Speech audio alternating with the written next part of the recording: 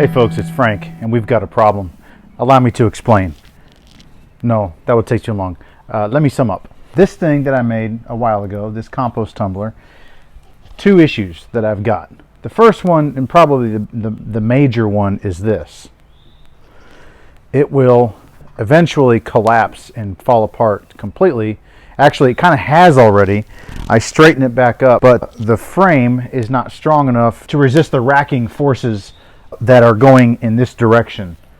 And that probably happened because it got wet and the wood, gets a little soft, and then the screws don't hold very well. They also bent. Actually, the screws themselves bent. And I've only got one piece of timber, one piece of lumber going across this way in this direction to resist that racking. So I need to fix that. I've got to shore up my failing timbers. The second thing is this.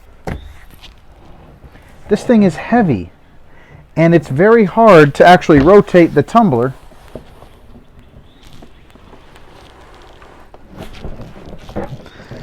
without some kind of handle to give you some real leverage. So I'm going to put handles on it, and I'm going to address the racking issue. And I'm also thinking about putting a little spigot to drain any juices that are in there, any liquids, and then use those to water the plants with. I've heard it referred to as compost tea, which is supposed to be really good for plants. So let's get into the repairs.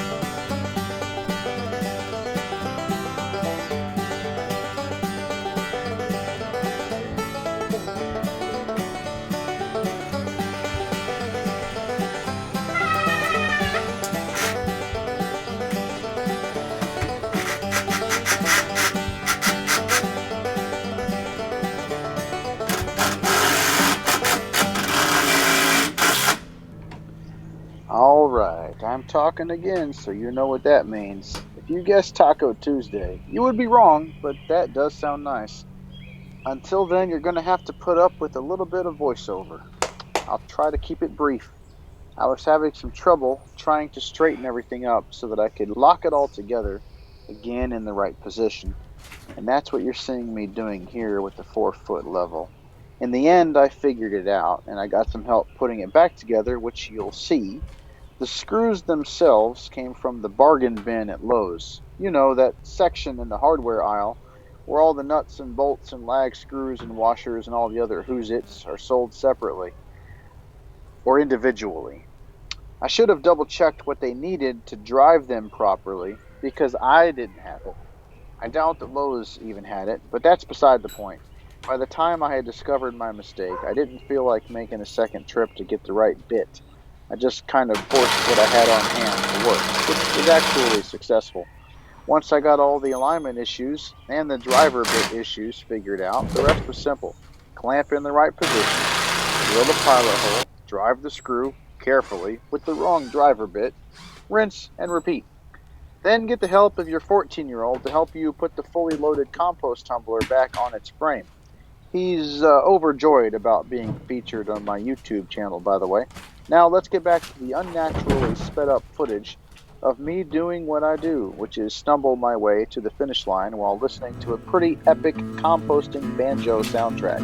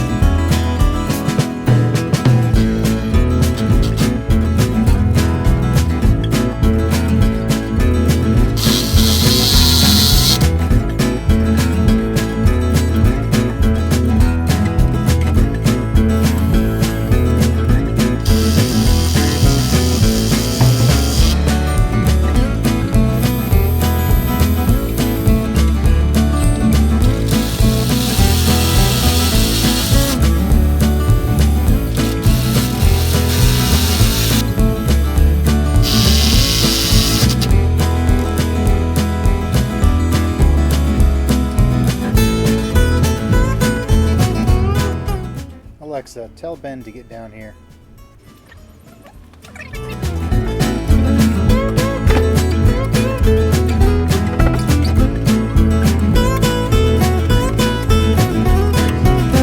What is that thing? Compost Tumbler. I made it a while ago. I'm just making some adjustments to it.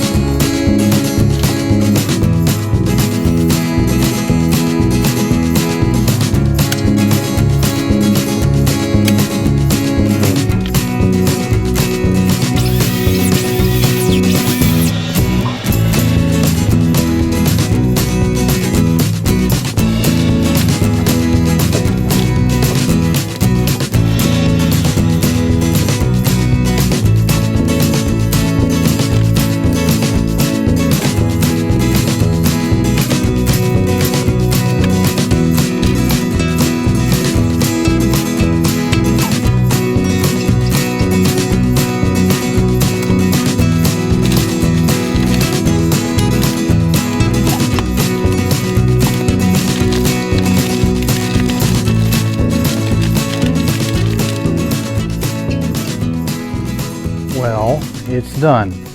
Same day. Sorry about the terrible lighting. I'm still working on my lighting setup. But here's the finished, for the second time, product. As you can see, I just have a simple little, old school sailing vessel tiller wheel set up here. These are just 1 or 2x2s from Lowe's. I have these little L brackets that I got from like the gate section, and I made sure that the holes in the brackets were large enough for my 3/16 inch rivets that I'm using, and they came with their own screws. So I just screwed the brackets into the 2x2 here, which by the way is they are 8 inches long. And then I bent the brackets just a little bit so they'd fit, around the radius of the curve of the actual barrel here. and then I drilled a 3/16 inch hole into the plastic and put a rivet in there, and it works really well. I don't have to stick my hand inside this thing in order to you know, find a nut on the other side of a bolt or anything. I'm not screwing anything into, you know, plastic, which won't work anyway. So I expect this to last pretty well unless somebody just really abuses it. I reinforced the actual frame of the compost tumbler here with two pressure treated 2x4s. Well, you know, one 2x4 that I cut into two pieces that were 44 3/4 inches long. And then I used some 4.5 or 5 inch like timber screws that are pretty strong, and they'll hold against the racking forces. At least I hope they will. And now I think I can use this thing confidently, turn the compost, and add some more stuff into here. I think I will wait until some other time to tap a valve into this thing and get out the compost tea. And there's really not much moisture in here right now. I don't know what would cause moisture to be in here other than just composting, you know, the action of things decomposing. It's not getting rained on really. I mean, a little bit of rain comes through the deck and maybe it gets in here. But when this thing first fell and I was moving it, I turned it over to this side, you know, where the gate is, and a lot of liquid leaked out. But now there's nothing coming out of it. So maybe it's not a particular feature of this particular kind of composting unit to generate a lot of moisture. I don't know. I'm just going to keep adding stuff to this and see what happens. But I'm satisfied with the results of this, so I would say that this works. You just got to build the frame a little beefier from the start. Another idea that I had was just to build a massive thing out of 4x4s and just make it a big square, you know, open-ended box that you could hang this in and then put a wheelbarrow under.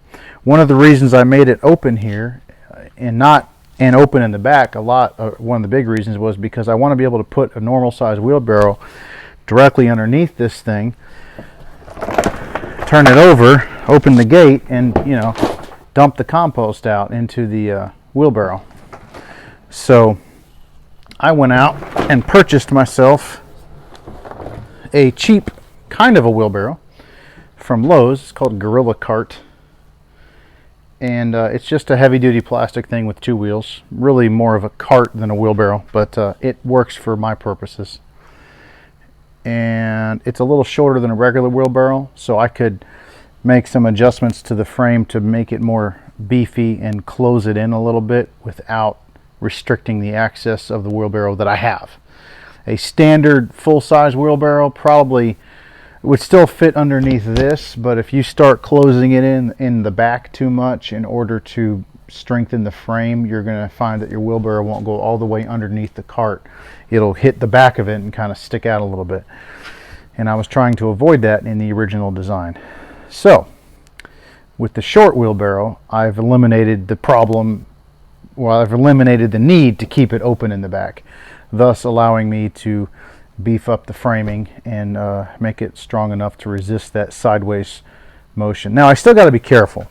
This thing is still heavy, and if you really push it, you could probably still break it because it is a three-sided structure, sort of.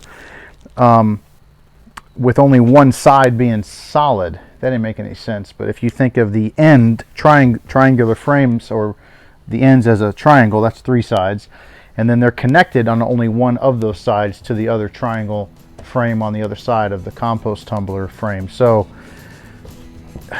maybe the design is inherently weak. I'm not really sure. I'm not going to worry about it too much. I can always add to it.